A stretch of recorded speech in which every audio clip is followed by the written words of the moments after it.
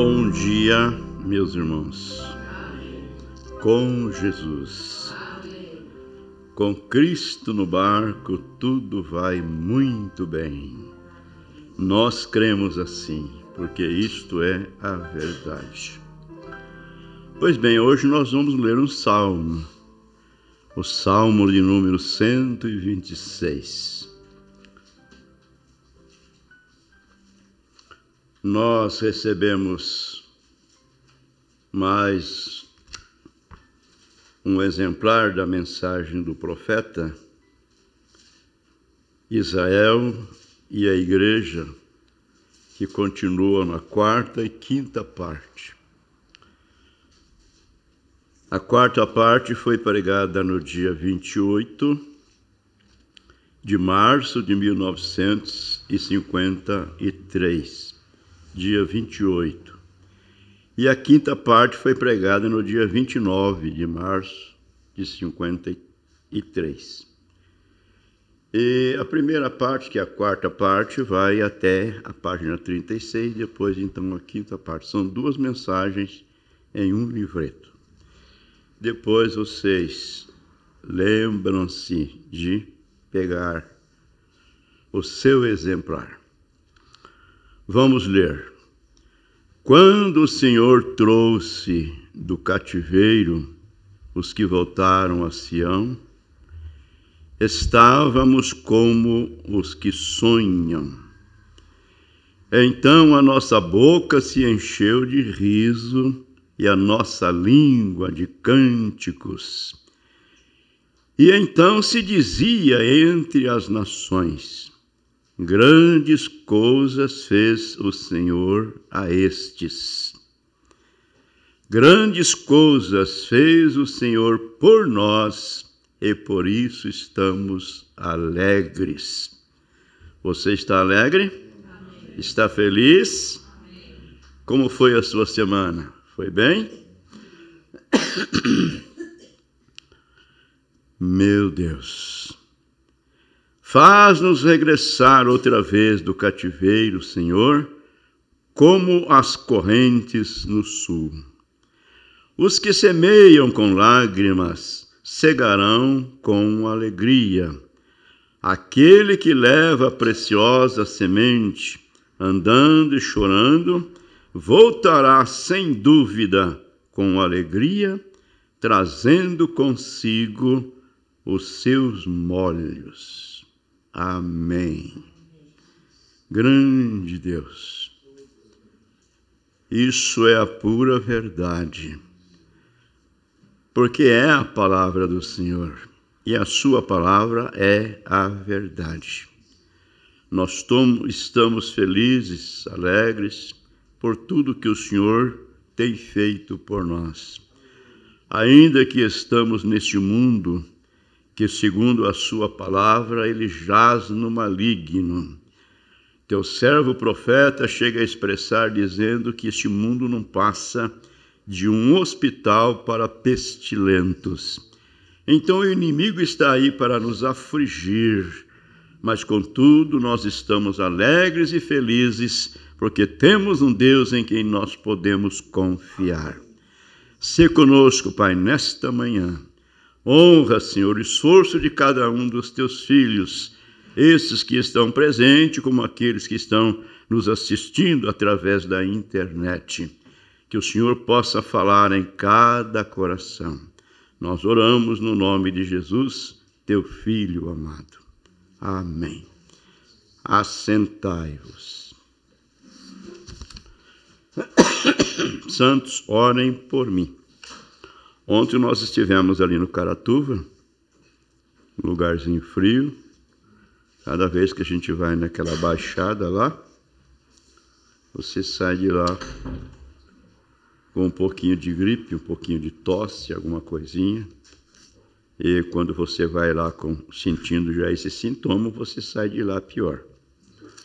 Mas lá existe um grande povo, né?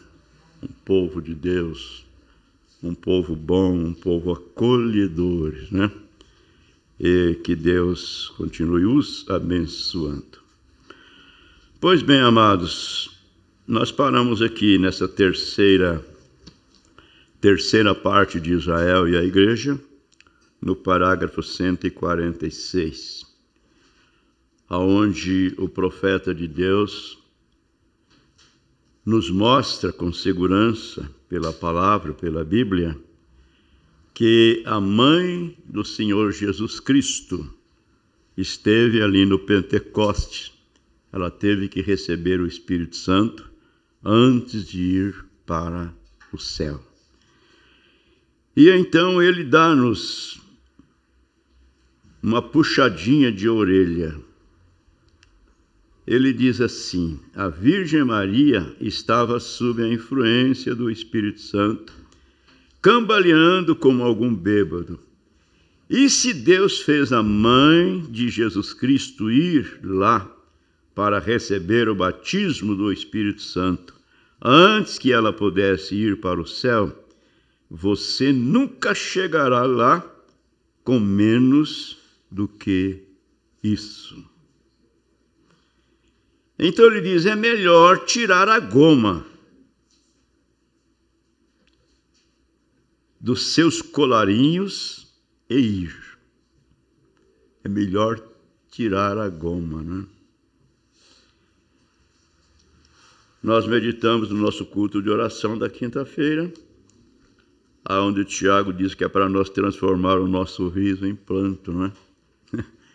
E humilhar debaixo da potente mão de Deus, para que em seu tempo ele nos exalte.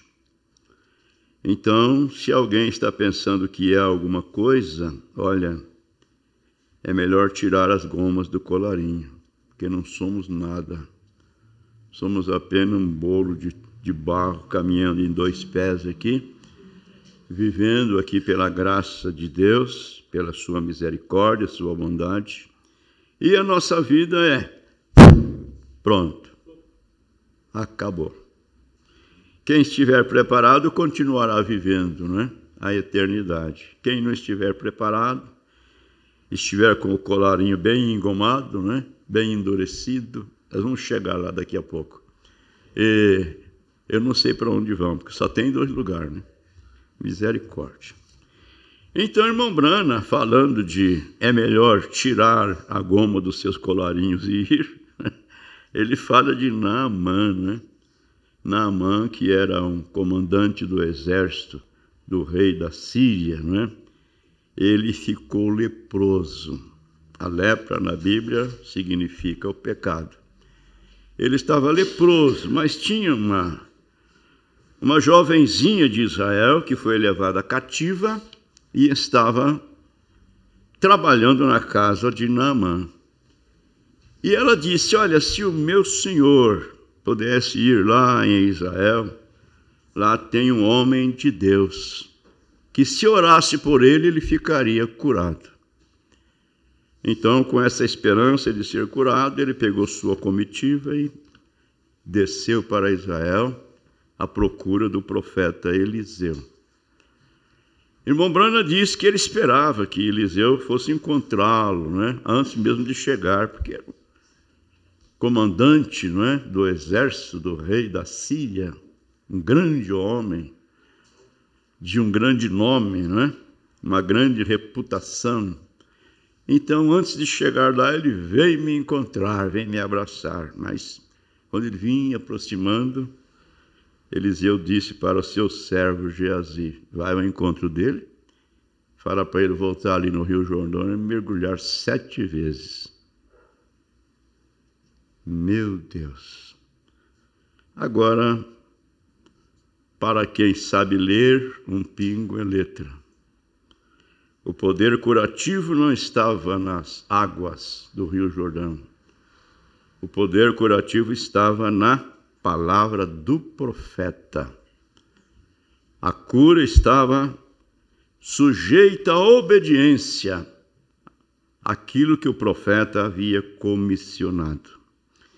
Então, o irmão Brana diz no 147, como o velho Naamã, quando Naamã desceu para pegar Eliseu disse a ele para descer e abaixar-se 7 vezes, ou mergulhar 7 vezes. Oh, meu Deus! Como isso prejudicou seu prestígio. Mandar voltar lá e mergulhar no rio 7 vezes. Você lendo a Bíblia, ele vai reclamar dizendo, lá na Síria não tem rios com águas muito mais limpas que essa aqui? Lá o rio Fafar e etc. Mas alguém o convenceu dizendo, olha, se ele pedisse para você fazer algo mais difícil para ser curado, você não faria?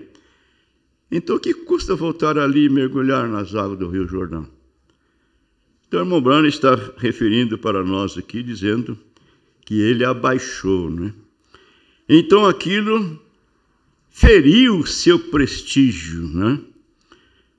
Irmão Branham disse, a água lá em cima não é tão boa, quer dizer, lá na nossa terra.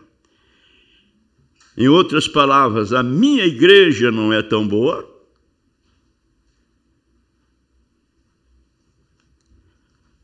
Acha que eu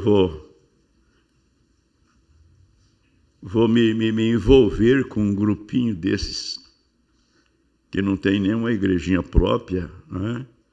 Paga um salãozinho ali, salãozinho esquisito, parecendo, meu Deus, como Deus faz as coisas, irmãos. E ele faz isso justamente para esconder dos sábios e entendidos. É verdade. Se o povo soubesse, se eles alcançassem a revelação do que temos aqui, olha, é claro que nós não estaríamos aqui, porque aqui não caberia todo mundo, né? Nós teríamos que, quem sabe, unir aí aquela sofisticada que tem ali, naquela, não sei se é na Emanuel Mendes Camargo, tem uma bem sofisticada ali, tem uma outra ali na Goiuerê, e juntar todas numa só, não é? Para caber o povo de Campo Mourão. Mas eles não sabem. Aí Isaías disse, meu povo foi levado cativo porque lhes faltou conhecimento. O boi conhece o seu possuidor e o jumento conhece a manjedoura do seu dono, mas o meu povo não me entende. Vamos dar graças a Deus, porque se não fosse sua misericórdia, nós estaríamos lá também. É isso verdade? Porque não é fácil, não. Deixar tudo, lugares aconchegantes, não é? Para estar no meio de um grupinho desse aqui, só por Deus mesmo, né? Muito bem, então vamos ler mais um pouquinho aqui. Vamos ouvir o profeta. Minha igreja não é tão boa? Não. Deus disse aqui embaixo. As águas lá da nossa terra não é tão boa, mas Deus disse para mergulhar no Jordão. Deus disse aqui embaixo. Bem, agora, irmão Brana, se formos lá e crermos nisso e crermos naquilo, teremos uma boa igreja e trataremos todo mundo bem, e eu pagarei um pouco de dinheiro em uma delas? Não, Senhor. A menos que um homem nasça de novo, ele de forma alguma entrará no reino.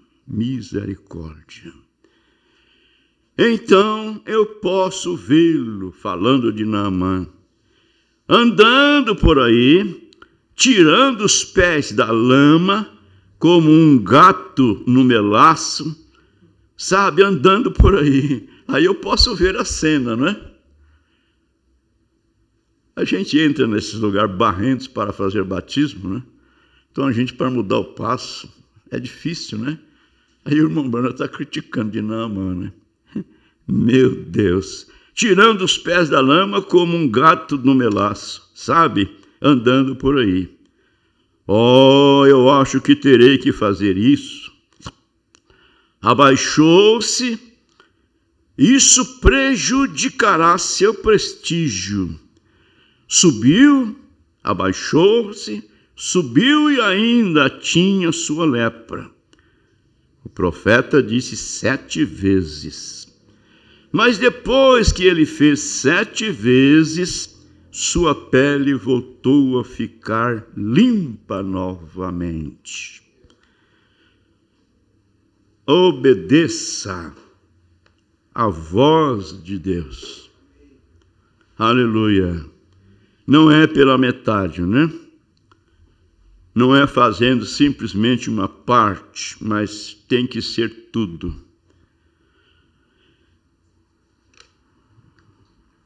Irmão, o profeta disse, irmão, estou lhe dizendo. Algumas pessoas dizem, não creio que tenho que subir ao altar e chorar ali, e esbravejar como o resto deles fazem. Em outras palavras, não creio que para mim ser salvo, para mim ir ao céu, que eu tenha que fazer como esses crentes fazem. Se tornar um igrejeiro, né? Culto todos os dias. Quando não é todos os dias, pelo menos 3 vezes por semana. Não, eu não vou fazer isso não. Aí o profeta disse assim, então fique lá atrás. Fique lá. Fique lá atrás então. E eu seguirei o caminho com os poucos desprezados do Senhor. Aleluia. 49 anos que deixei o mundo de ilusão, de jogo de futebol. Para a carne, aquilo é prazeroso demais.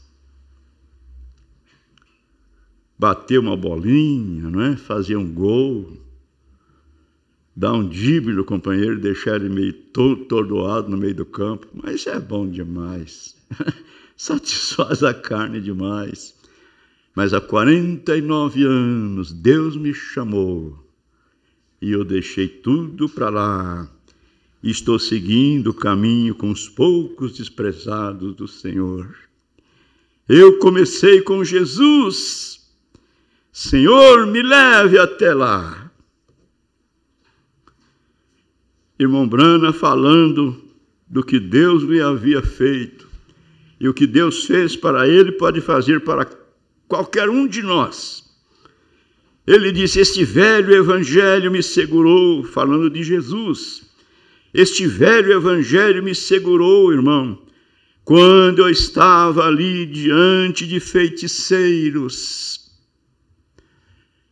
Aqueles feiticeiros atirando suas penas, não é? Chamando a tempestade e tudo mais. Eles estavam acostumados a fazer aquilo, mas lá estava o profeta de Deus. Amém. Ele me segurou quando maníacos correram para a plataforma, disseram, eu o matarei esta noite. Não é pouca coisa, não.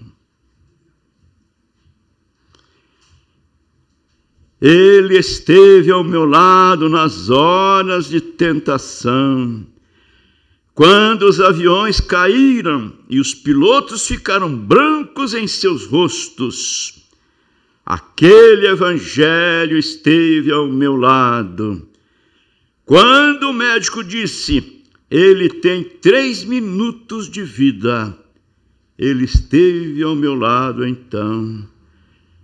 Está bom agora, aleluia, eu ainda o amo. Não consigo ter o suficiente dele, isso mesmo. É prazeroso servir a esse Deus, que é o socorro presente na hora da angústia. Amém. Essa madrugada eu estava lembrando do Salmo 27. Senhor é minha luz e a minha salvação, a quem temerei? O Senhor é a força da minha vida, de quem me recearei? Quando os malvados adversários, meus inimigos, se levantaram para comer as minhas carnes, tropeçaram e caíram. Ainda que um exército me cercasse, nele confiaria. Ainda que a guerra se levantasse contra mim, eu não temeria. Amém. Aí ele disse uma coisa e eu pedi ao Senhor, que possa estar na sua casa todos os dias da minha vida, para aprender no seu templo e contemplar a formosura do Senhor. Amém. Porque no dia da adversidade me esconderá no seu pavilhão, no oculto do seu tabernáculo me esconderá, pôr-me-á sobre uma rocha. Amém. Oh, amados, podemos confiar, nosso Deus é bom. Não é um Deus imaginário, não é um Deus de parede, mas é um Deus real, vivo.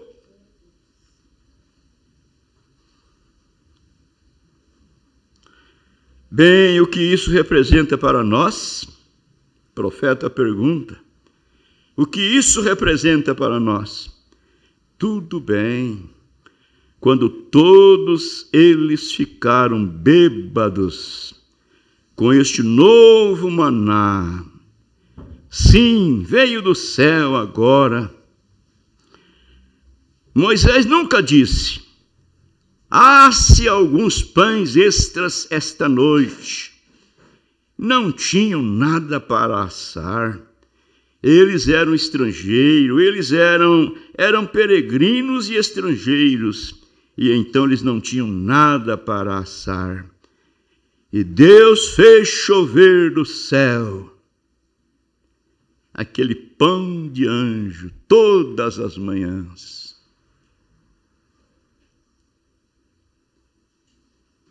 Aí eu fico pensando assim, gente, nós não estamos delirando, não. Isso é a realidade. Isto é assim, diz o Senhor. Vivemos nesse mundo científico, não é? Que a coisa está demais, está exagerada, mas eles não podem fazer o que o nosso Deus faz. Um povo no deserto, sem nenhum recurso, porém Deus os sustentou com sua bondade, com sua misericórdia. Deus fez chover do céu. Não foi assim?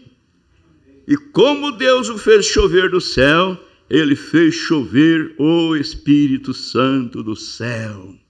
Aleluia. No dia de Pentecostes, eles estavam ali. Jesus nos mandou voltar para Jerusalém e permanecer aqui no cenáculo. Ele não nos falou quantos dias, quantas semanas.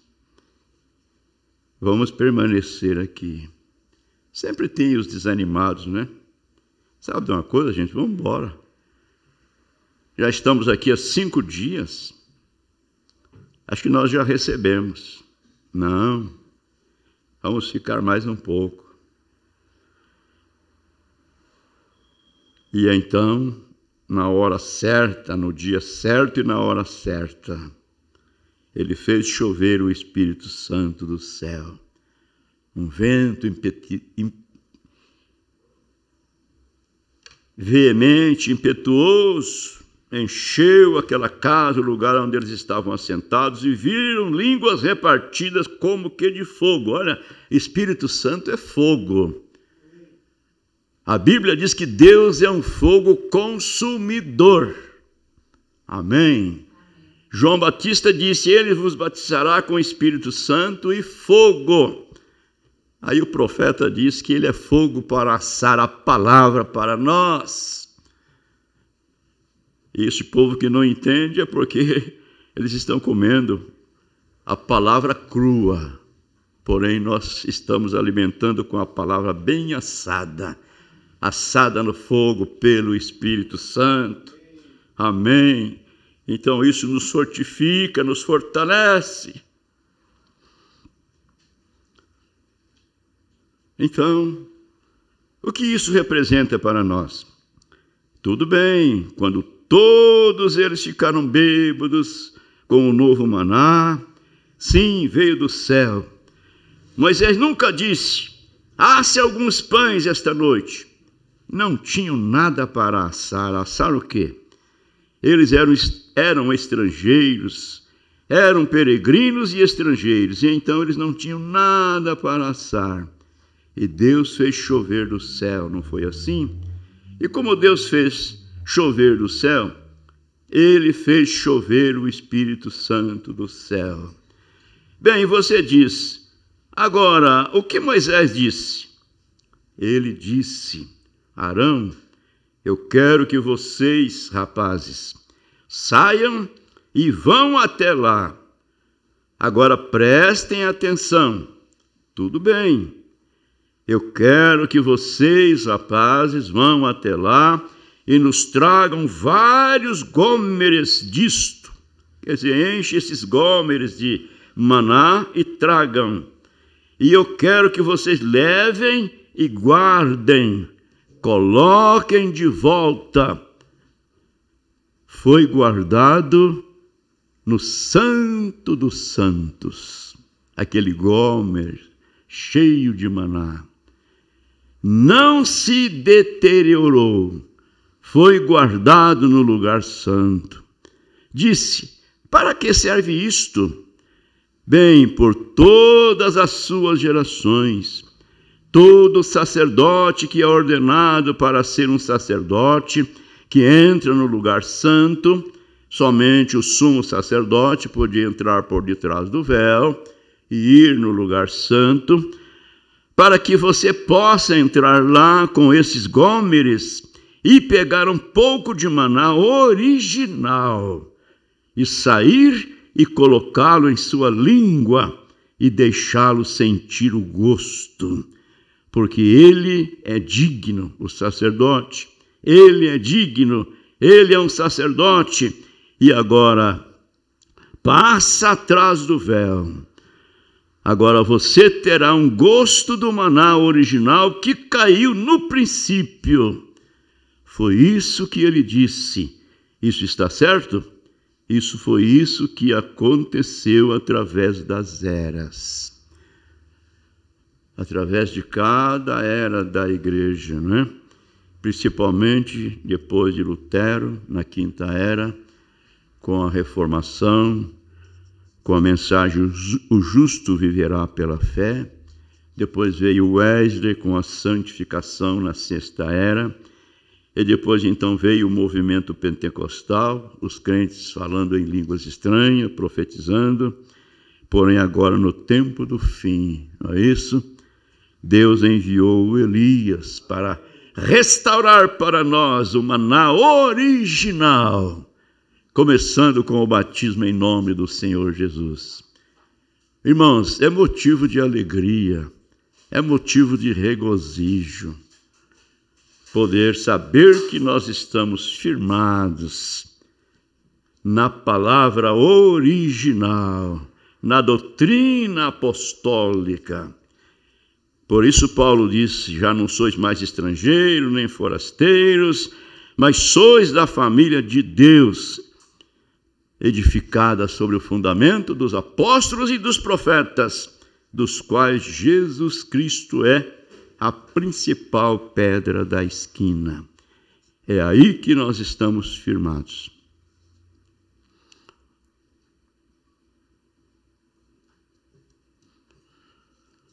Alguém disse: o que devemos fazer? Pedro disse: arrependei-vos, e cada um de vós sejam batizados em nome de Jesus Cristo para a remissão dos seus pecados, e receberão o dom do Espírito Santo, porque a promessa vos diz a respeito a vós, a vossos filhos, e aos que estão longe, a tantos quanto Deus nosso Senhor chamar. Irmão, aleluia! Todo homem que atende às condições de Deus e se torna sacerdote para entrar atrás do véu e se separar do mundo, recebe não apenas um bocado, mas um coração cheio do maná original que caiu no dia de Pentecostes. Esse maná é o Espírito Santo. Amém. Não algo que se pareça com ele, uma imitação, né? Mas um pouco da coisa real. Aleluia, glória a Deus, certo? Lá se foram eles, apenas seguindo em frente. Quanto tempo ele vai durar? Até Jesus vir. O maná durou até eles chegarem a outra terra e começarem, ou melhor, e comerem do fruto da terra. Foi assim. Amém. Pois bem, amados, esta série de mensagens, Israel e a igreja, o profeta fazendo uma comparação, não é? De Israel saindo do Egito rumo à terra prometida, a terra de Canaã, que era uma promessa que Deus havia feito a Abraão, o nosso pai na fé. E a igreja saindo do mundo, inclusive do mundo religioso, não é isso? O mundo denominacional, vindo para a palavra, rumo à glória eterna. Então aprendemos que Canaã não representa o milênio. Canaã não representa o milênio, porque lá em Canaã eles tiveram que guerrear, eles tiveram que lutar, eles tiveram que tirar os inimigos da terra para possuir o que era deles. E lá no milênio não tem nenhuma guerra, lá no milênio ninguém vai morrer, não é isso? Então o profeta disse que Canaã representa a era do vencedor. Amém. Graças a Deus por isso. Então lá em Canaã, Deus disse, a terra é sua, a terra é vossa. Ele não disse, olha, eu vou tirar todos os inimigos, vou derrubar os muros, vou derrubar os prédios e vocês vão entrar num lugar, numa boa, né? Tem que fazer mais nada, tudo está pronto. Não, a terra é vossa, porém vocês vão e tomem posse dela. E o profeta diz, Deus dá o Espírito Santo a todos que desejarem, mas você tem que fazer a sua parte. Dar lugar para ele, e você receberá dele uma porção maior. Vamos mais um pouquinho aqui. Então, irmão Brana disse, agora, que horas são? Eu nem sei que hora que eu comecei, rapaz, parece que eu comecei aqui. Foi agora? Ou já passou da hora?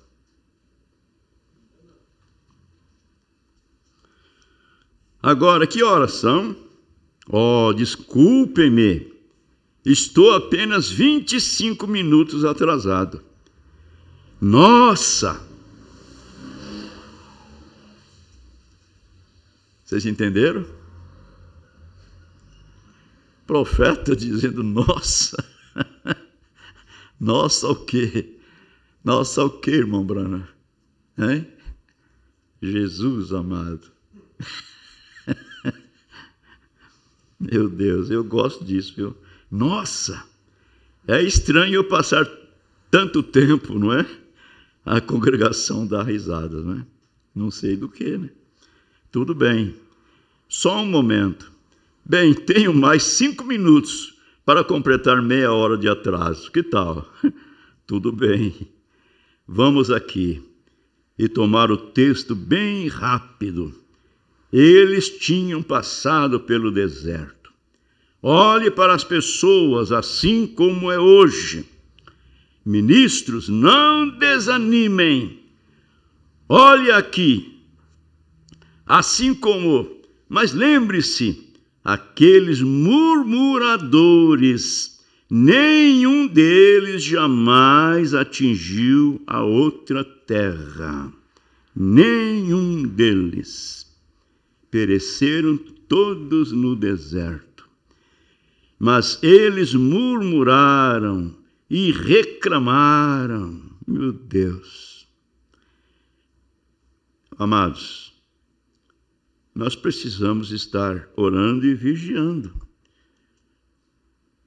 para não fazer o que eles fizeram. 1 Coríntios 10, a Bíblia fala sobre isso. Paulo nos recomenda.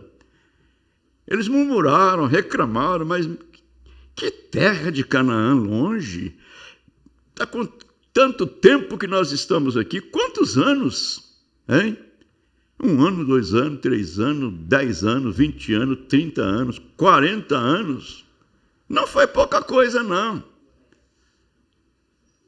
Porém, nenhum deles entraram na nova terra. Eles murmuraram e reclamaram. Eles tinham deixado os potes de alho do Egito.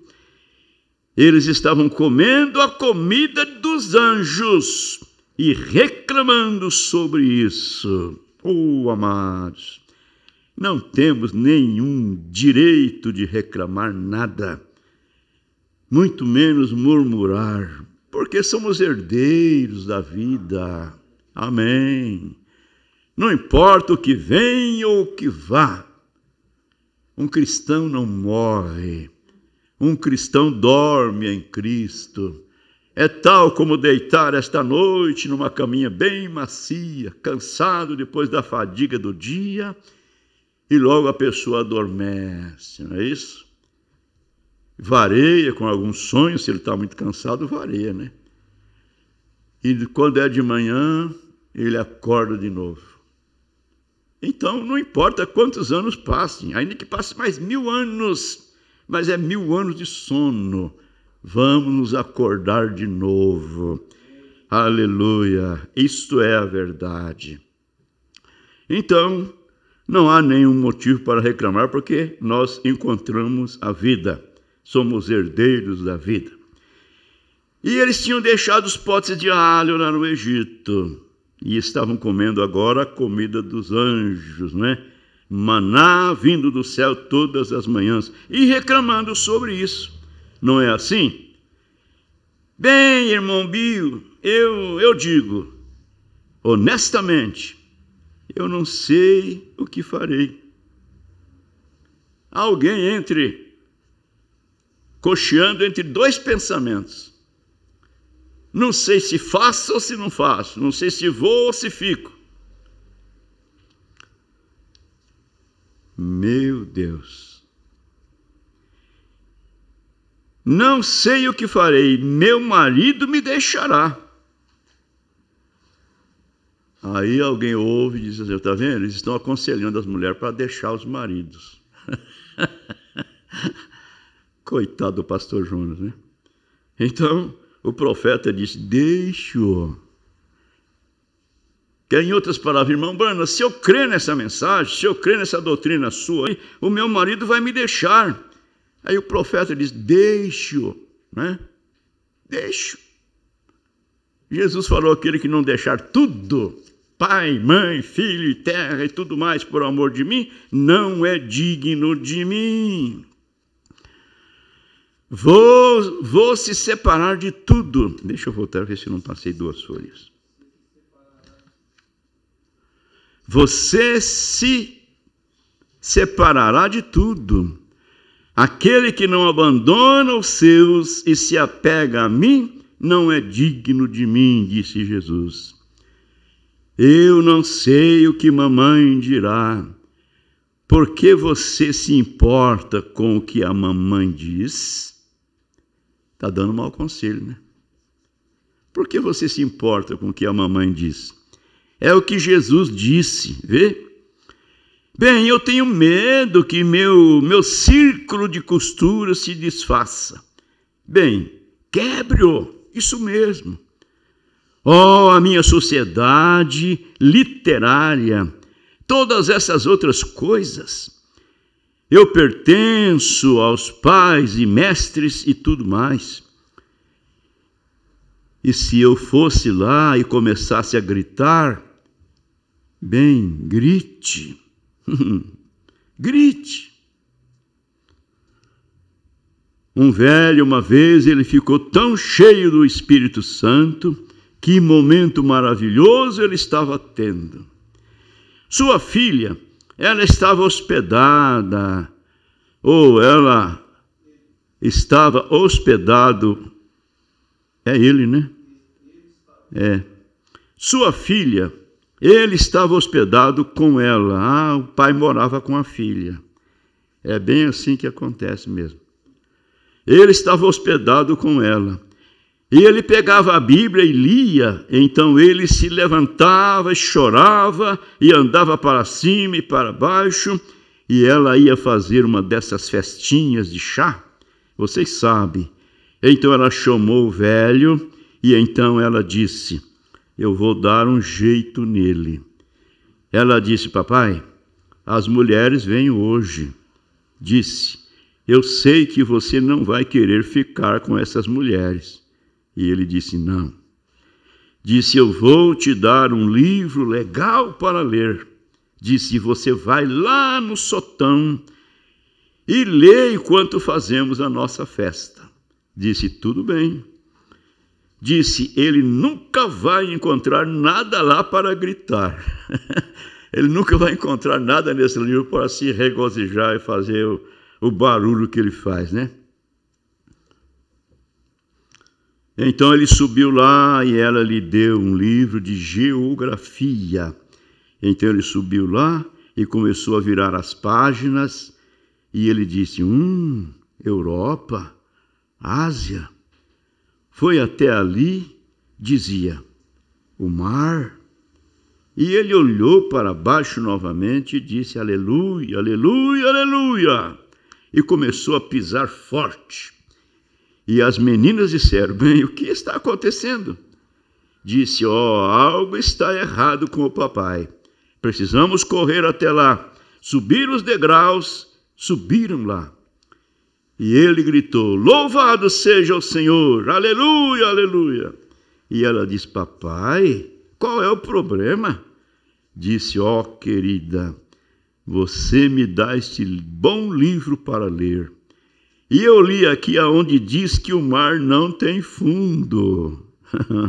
Não puderam encontrar o fundo do mar. E Jesus diz que ele colocou os meus pecados no mar do esquecimento para sempre.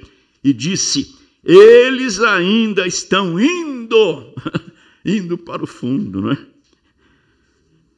Que coisa! Aleluia, aleluia, aleluia. Isso mesmo, claro. Continua, não tem fundo. Veja lá, eles simplesmente descem, continuam. Meu Deus, continuam. Aleluia, é isso mesmo.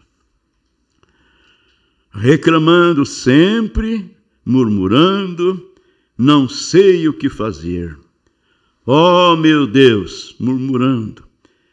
Deixar os potes de alho para comer a comida dos anjos, deixar os médicos orgulhosos do Egito para estar com o grande médico, que é o nosso Deus, o curador, o autor da vida, deixar um bando de pessoas que diziam: os dias dos milagres já passaram, não há tal coisa como profeta para esta era.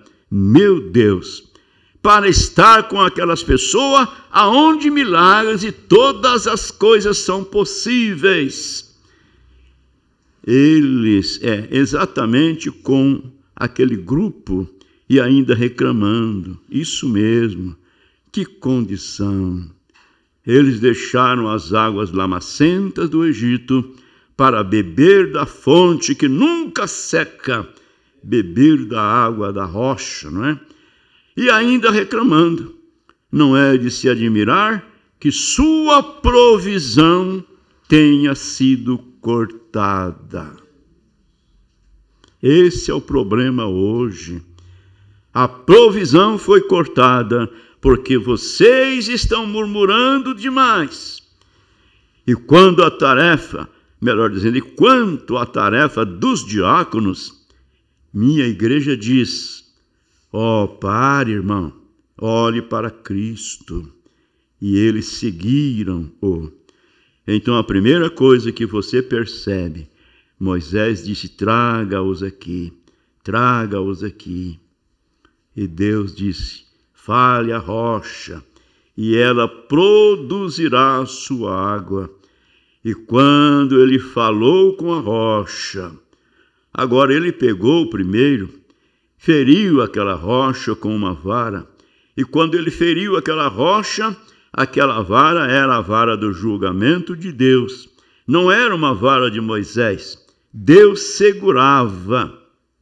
Tinha Moisés em suas mãos. E o que aquela vara era na mão de Moisés? É o nome de Jesus na igreja. Diríamos hoje. Amém. Isso mesmo. Essa é a verdade. O que aquela vara era nas mãos de Moisés é o nome de Jesus na igreja hoje. Isso mesmo, essa é a verdade, irmão.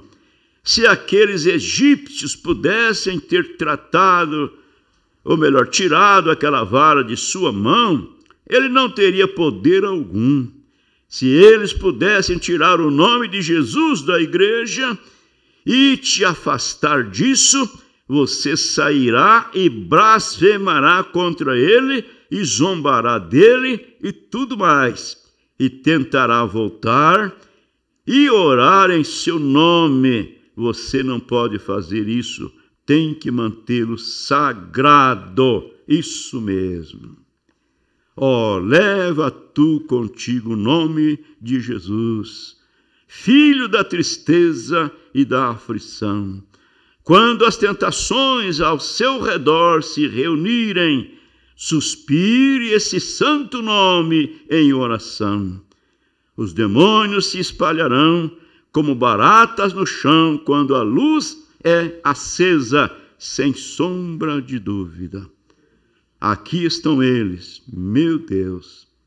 Ele disse: traga-os para fora. E ele pegou esta vara de julgamento e feriu a rocha. E quando ele atingiu a rocha, houve uma fenda no lado da rocha.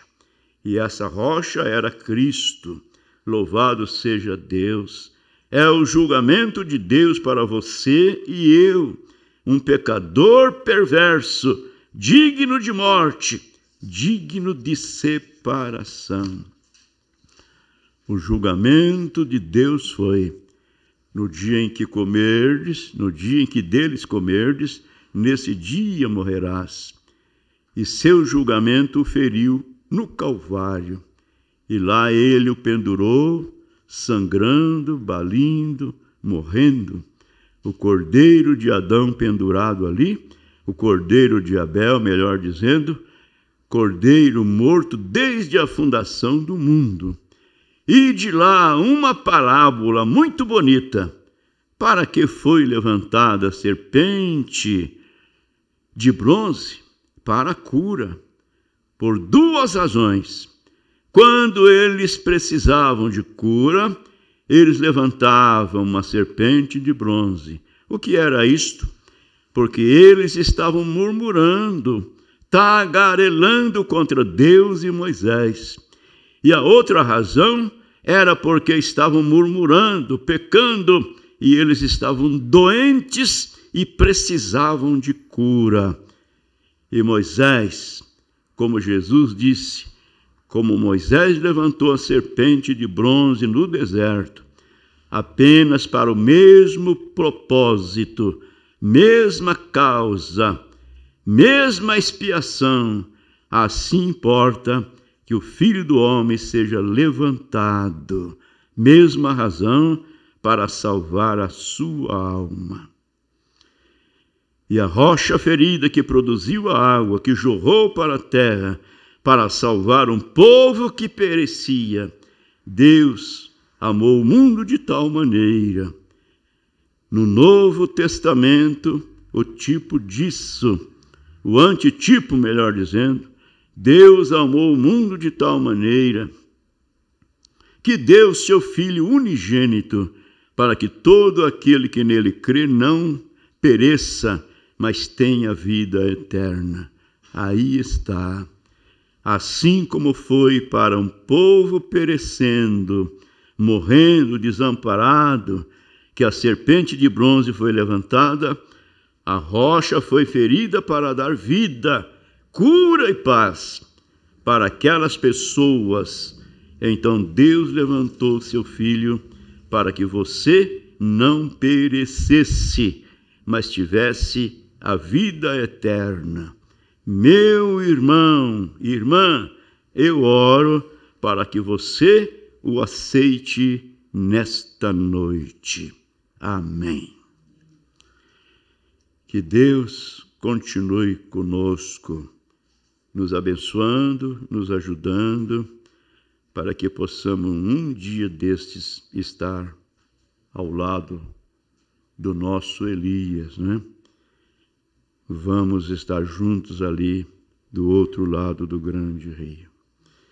Grande Deus, no nome de Jesus Cristo, Pai, como somos gratos, como acabamos de ler nesse Salmo de número 126. Devemos estar regozijando pelo que o Senhor tem feito por nós, a tal ponto que os nossos vizinhos, nossos amigos, as pessoas aos nossos derredor possam dizer: grandes coisas fez o Senhor a estes, e por isso eles estão alegres. Obrigado, bom Pai, por este novo dia, esta nova manhã, esta nova oportunidade que o Senhor está nos concedendo. Obrigado por esses momentos que temos passado juntos aqui na presença do Senhor.